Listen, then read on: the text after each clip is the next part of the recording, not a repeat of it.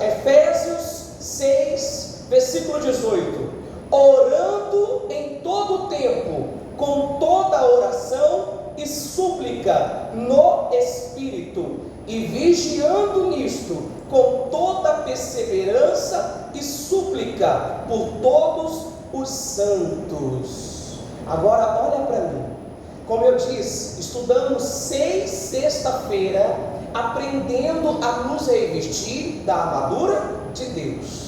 Mas em toda batalha, em toda guerra, não sei se você tem o hábito de ler historicamente, ou até mesmo de assistir um filme que fala sobre guerra, que fala sobre batalhas medievais, há sempre dentro de uma guerra e de uma batalha uma estratégia. Sempre há uma estratégia. Eu posso estar bem equipado, eu posso estar bem armado, mas é necessário eu ter uma estratégia. E Paulo vem nos ensinando: vocês devem se revestir de toda a armadura, mas não fica por aí não.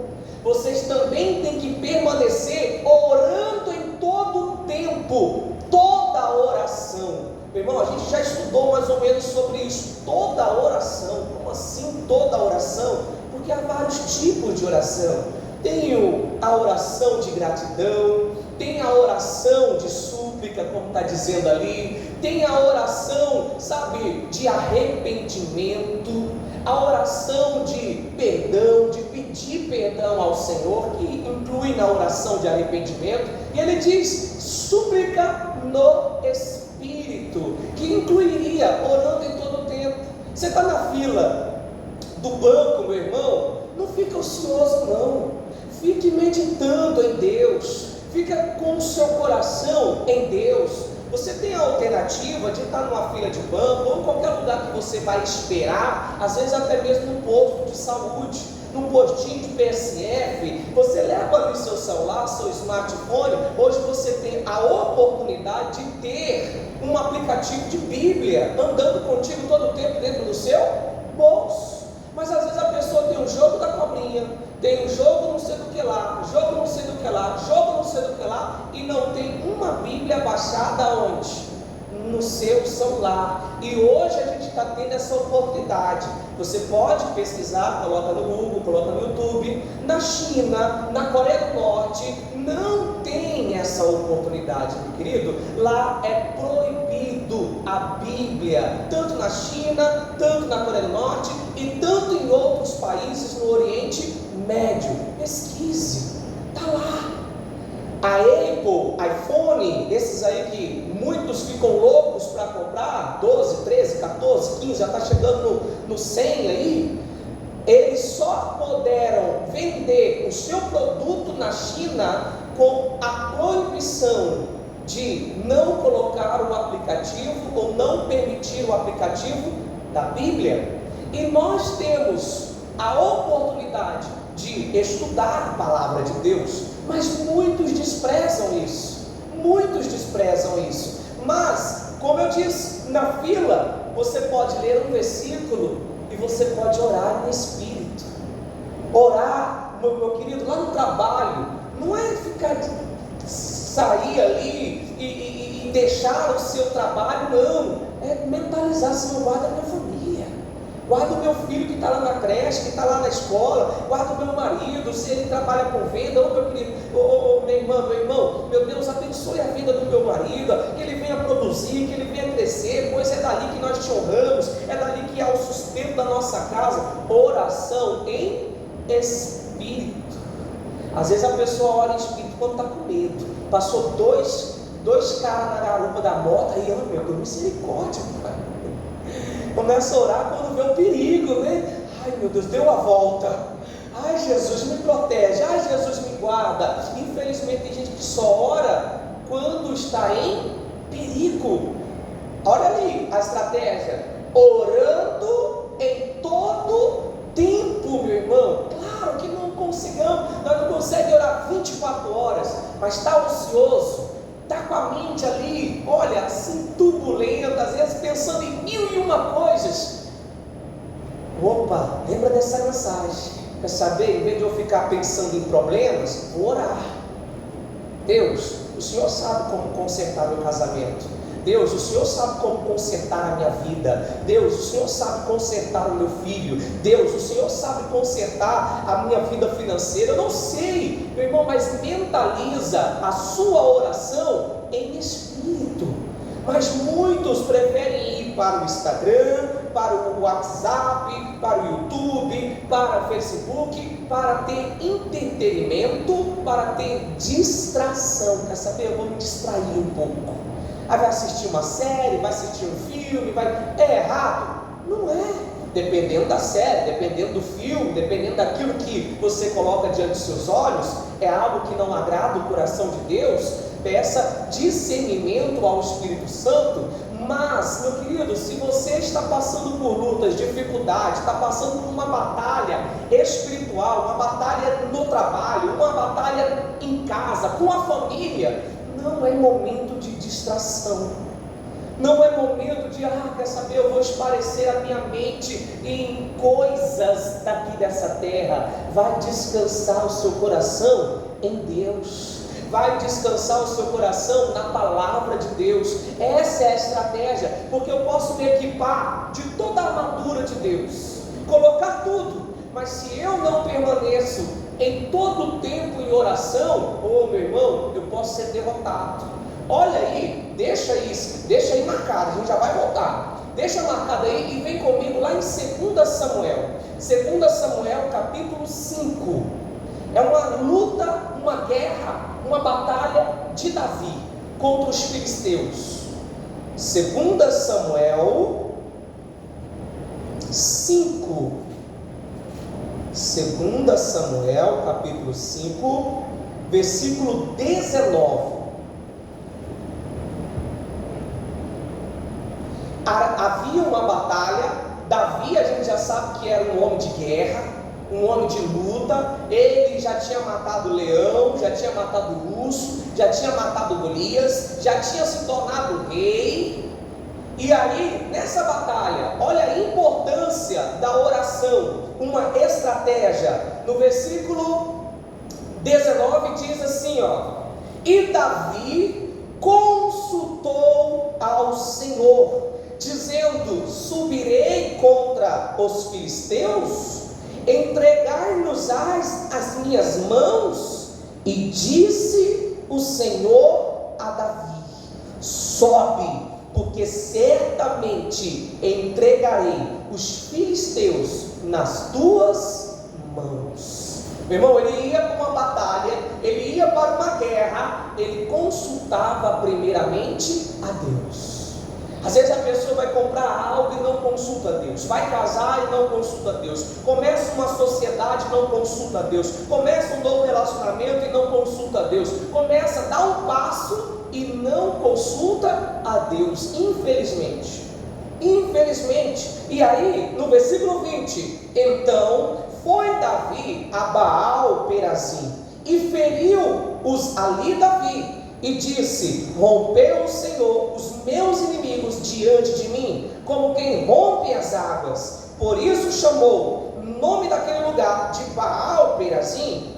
E deixaram ali os ídolos, e Davi e os seus homens os tomaram, e os filisteus tornaram a subir, e estenderam pelo vale de Refaim. Resumindo, olha para mim, tiveram o primeiro combate, lutaram, ele venceu. Alguns filisteus fugiram, correram, e aí, do nada, de repente, novamente o inimigo se levantou. Novamente o mesmo inimigo que fugiu volta para lutar contra Davi. Eu sempre chamo a atenção quando eu ministro esta palavra, que às vezes a pessoa age com arrogância, orgulho, prepotência. Eu já venci isso um dia, eu já venci essa situação assim, assado. Meu irmão, olha, tem coisas que às vezes parece ser igual, mas não é. Assim foi o que aconteceu. Ele não agiu com arrogância. Quer saber? Pode vir, eu já te venci uma vez, eu vou te vencer de novo, eu vou te arrebentar. eu vou te destruir, e foi para cima. Não, aqui no versículo 23, olha aí o Davi, novamente, Davi consultou o Senhor. Querido, ele tinha acabado de vencer uma batalha, ele tinha acabado de vencer uma luta, ele tinha total autoconfiança para ter, total autoconfiança para dizer, cara, esses caras querem apanhar de novo, esses caras estão a fim de morrer, já acabaram de ser derrotados nessa batalha, eles estão voltando para lutar conosco. Mas não, Davi se mostra humilde, Davi se mostra novamente temente a Deus. Ele volta e Davi consultou o Senhor. Qual disse?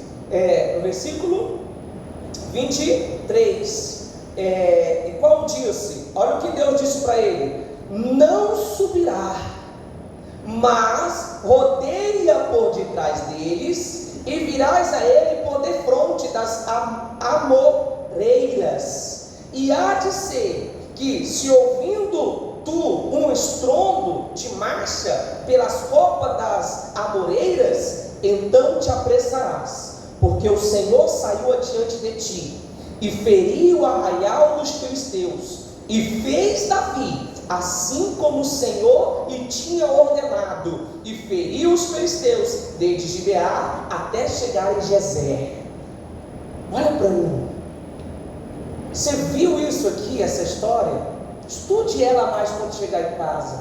O inimigo se levanta, Davi estava equipado, Davi tinha um exército, um grande exército. A história de Davi diz que ele tinha 30 valentes que lutavam por ele, que dava vida por ele. Só um dos valentes de Davi, em uma batalha, matou 300 homens com uma espadada só, com um tecelão só. Homens de guerra, homens valentes, mas ele não confiou nos homens, ele não confiou no seu exército, ele não confiou no seu comandante, ele confiou em Deus. Ele confiou em Deus. Ele tinha acabado de vencer uma luta, ele tinha acabado de vencer uma batalha. Meu irmão, quantos, quando depois que a pessoa vence uma batalha, baixa a guarda? Quantas pessoas que depois que vencem uma batalha, vencem uma luta, eu já vi pessoas que só foi adquirir algo que tanto ela desejava, que tanto ela queria, baixou a guarda. E quando novamente o inimigo se levantou, porque sempre o inimigo vai se levantar, ele é persistente, ele não quer a minha alegria, ele não quer a sua felicidade, ele não fica lá no inferno gritando, campeão, vencedor, olha lá o Filho de Deus vencendo de novo. Jamais, meu irmão. Ele tem raiva, ele tem ódio para ver a nossa alegria, o nosso ânimo, a nossa família feliz. Então, muitos, quando ele se levanta, acham que vão vencer ele da mesma forma, e nem sempre é.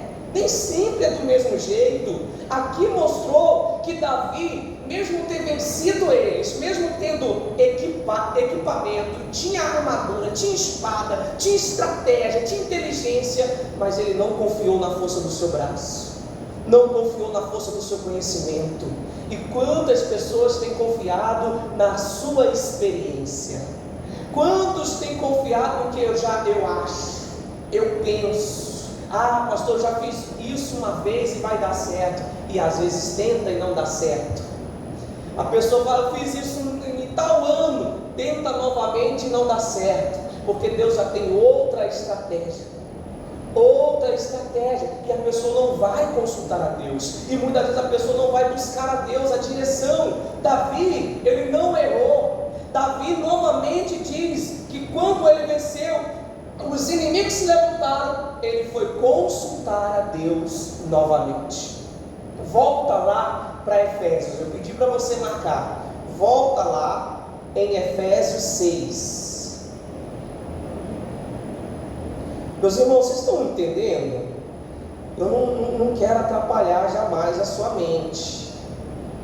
Você está equipado com a armadura de Deus. Se você tem buscado a Ele de todo o coração, praticado a palavra de Deus, guardado as promessas, guardado os mandamentos,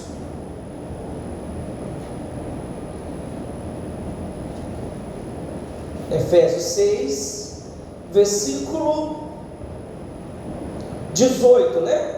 Orando em todo o tempo, com toda oração e súplica no Espírito. Eu falei agora há pouco, uma estratégia. A outra, e vigiando nisto, com toda a perseverança. Vamos ler novamente? Vigiando nisso, com toda perseverança. Vigiar é estar atento.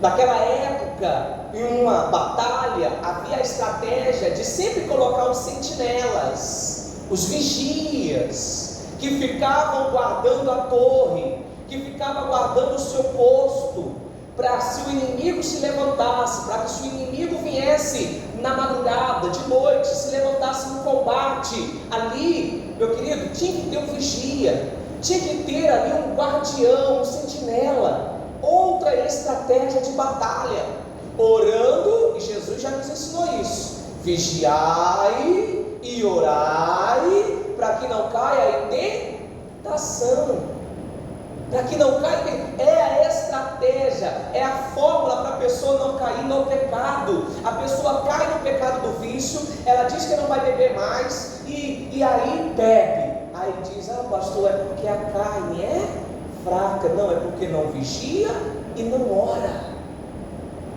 Jesus disse isso. Você acha que alguns já conhecem meu testemunho, que eu ter me libertado do crack, da cocaína, da maconha, da cachaça, foi somente eu ter passado a virada de ano de 2013 para 2014 e pronto, um passe de mágica. Nunca mais eu senti desejo e vontade de usar drogas, de ir para a festa, de fazer coisa errada. Não foi assim. Eu precisei me revestir da armadura de Deus, e precisei viver uma vida de oração, e preciso até hoje, vigiando e orando, orando e vigiando, em todo o tempo. Meu irmão, se eu estiver distraído, porque é uma das estratégias de Satanás, se eu estiver distraído, se eu me descuidar, ele derruba, destrói a minha vida, acaba com o meu casamento, acaba com a minha família, acaba com o meu ministério, acaba com tudo. Quantos a gente já viu assim? Meu irmão, nada acontece de um dia para o outro. A pessoa vai deixando de orar, vai deixando de ter uma vida de oração, vai deixando de jejuar, vai deixando de ler a Bíblia, vai deixando de vigiar. Algumas conversas, alguns pensamentos, algumas palavras que saem da boca. É em todo o tempo. Se nós desejamos vencer batalhas aqui na terra, essa é a estratégia. Eu me revisto. Sim, está aqui. Jesus, o Espírito Santo nos ensinou como revestir. Mas eu preciso viver uma vida de oração em todo o tempo, e súplica, e vigiando com perseverança. Tem pessoas que vigiam numa área. Pastor, nessa área aqui, aqui eu sou forte, mas descuida em outra. Descuida em outra. E o diabo não está para brincadeira. Hoje é uma sexta-feira, é um dia de ensinamento, de combate espiritual. De combate espiritual. Existe uma batalha, mesmo que você não veja, mesmo que eu e você, eu nunca tive os meus olhos abertos para ver o mundo espiritual, não tive essa experiência. Se Deus achar que eu possa, que eu possa suportar, que eu vou ter discernimento, que eu vou ter, sei lá, e abrir os meus olhos para ver, aí é com Deus. Mas Ele nunca me mostrou, mas eu sei que existe. Daniel, capítulo 10, quem crê na Bíblia, tem a história de Daniel. Ele orava e jejuava 21 dias, orando e jejuando em 21 dias. O anjo Gabriel apareceu a Daniel. Você acredita nisso? Você acha que é só historinha para poder dormir? Ele orando e jejuando. O anjo Gabriel disse: Daniel, desde quando você aplicou o coração, eu vim, mas havia os príncipes da Pérsia, que é a potestade, estavam travando com que eu viesse falar contigo e entregar a resposta. Leia lá, marque na sua Bíblia, Daniel capítulo 10, estude. Daniel, desde o dia mais houve um empecilho. Os príncipes das Pérsias queriam me atrapalhar, mas Deus enviou o anjo chamado Miguel. Por quê? Porque Daniel não parou de orar, não parou de jejuar. Daniel continuou na oração e no jejum, e Deus mandou reforços, mandou o arcanjo Miguel. Oh, meu irmão, minha irmã, siga esse conselho, se revista do poder de Deus, amém? E permaneça orando e vigiando. Eu coloquei aqui na minha palavra, no meu esboço, um bônus. Que bônus é esse? Vai para lá, Mateus capítulo 17. Acho que eu acabei de falar, né? Mateus 17, 21. Mateus 17, 21. Jesus disse isso: mas estas castas de demônios não se expulsa, senão pela oração e pelo jejum. O bônus aí é o jejum da mensagem. Naquele texto a gente estava estudando sobre oração e vigilância. Vigiai e orai. Mas o bônus que vai agregar e que vai aumentar o nosso poder de luta, o jejum. O que é o jejum, pastor? O jejum não é regime. O jejum não é acordar de manhã e ficar passando fome até meio-dia. O jejum é você se desconectar de tudo que é da carne. De tudo que é da carne. Você pode estar trabalhando? Pode. Conectado no seu serviço, mas lembra do conselho? Orando em espírito. Senhor, eu estou aqui no meu trabalho. A Bíblia diz que eu tenho que trabalhar com o meu patrão como se eu estivesse trabalhando para Deus. Então eu estou fazendo o meu trabalho como se eu estivesse fazendo para Deus. Eu estou adorando a Deus no meu serviço. Muitos amaldiçoam o seu trabalho, e por isso não cresce, por isso que não tem portas abertas, por isso que não prospera. A pessoa amaldiçoa o trabalho. Sempre foi o desejo de Deus que o homem trabalhasse. Leia no início da criação. Ele criou o homem, criou a mulher, colocou no jardim para que trabalhasse na terra. Na terra. Tem gente que acha que só trabalhamos porque Adão e Eva pecou no jardim do Éden. Não. Foi sempre o propósito de Deus trabalharmos. Tal. O que não aconteceria era essa fadiga que o homem tem, esse cansaço físico.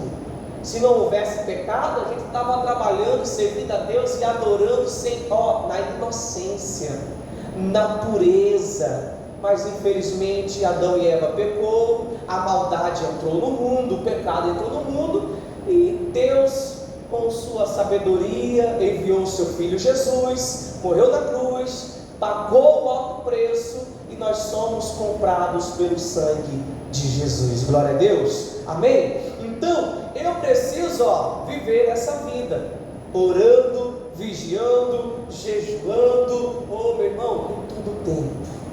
O jejum, como eu disse, é se desligar das coisas da terra. Não é somente se abster da comida, né? Tirar a comida, não, é estar conectado com as coisas de Deus. Tem gente que abre o jejum meia-noite, vai entregar meio-dia, mas acorda 10 horas da manhã.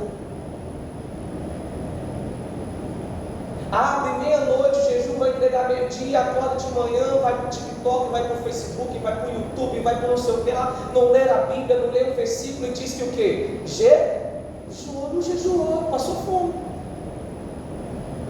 Passou fome. O jejum é entrar na presença de Deus. Senhor, eu estou aqui, e eu vou tirar esse tempo para me consagrar, Senhor. Esse tempo, Senhor, é para expressar que eu não dependo do pão, mas eu dependo de toda a palavra que procede da sua boca. O meu alimento é fazer a tua vontade, Senhor. O que me fortalece é praticar a tua palavra, Senhor. E meu irmão, quando você fizer esse tipo de jejum, esse tipo de ação, meu irmão, você vai sentir, é nítido, é notório, o fortalecimento de Deus sobre a nossa vida. Amém? Glória a Deus. E aí eu vou fazer algumas ponderações.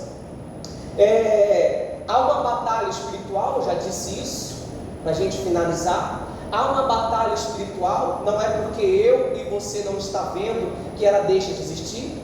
Amém? Há uma luta entre a carne e o espírito. Há uma batalha muito grande. E se eu fosse você, talvez você já esteja despertado para isso. Mas se você ainda está dormindo, a Bíblia diz: desperta, ó tu que dorme. Há uma batalha. Há uma piada do pastor Cláudio Duarte, que ele diz claramente: a pessoa que duvida do inferno, quando chega lá e diz assim: nossa, mas você existe? Eu não acreditava que você existia. Ele diz: não, acreditar, fé é da concorrência. Para você estar aqui, você não precisa acreditar. Você não precisa crer que o diabo, o inferno existe. Vai estudar, eu desafio você, eu gosto de desafiar isso. Eu gosto que você duvide de mim e vá procurar conhecimento. Mas, quando você coloca lá, busca conhecimento. Quem foi o pregador que mais falou do inferno no Novo Testamento? A resposta vai ser Jesus. Jesus veio falar: existe o lago do enxofre para aqueles que são filhos da desobediência. Estude, eu peço você que estude, porque a Bíblia nos ensina: conhecereis a verdade, e a verdade vos libertará. Eu não quero você aqui, meu querido, preso numa religião. Não, nós servimos a Jesus, não placa de igreja, não denominação. Estamos reunidos aqui praticando a palavra de Deus, porque Ele diz: nós somos corpo de Cristo, cada um de nós é o membro, cada um de nós é o membro, junto somos o corpo. Cristo é o cabeça. Meu irmão, Jesus, Ele morreu na cruz, Ele venceu, amém? Ele venceu, Ele pisou na cabeça da serpente, amém? E nos deu autoridade. Mas para isso é uma decisão minha e sua, de nos revestirmos em todo o tempo, com toda a armadura, e viver uma vida orando, jejuando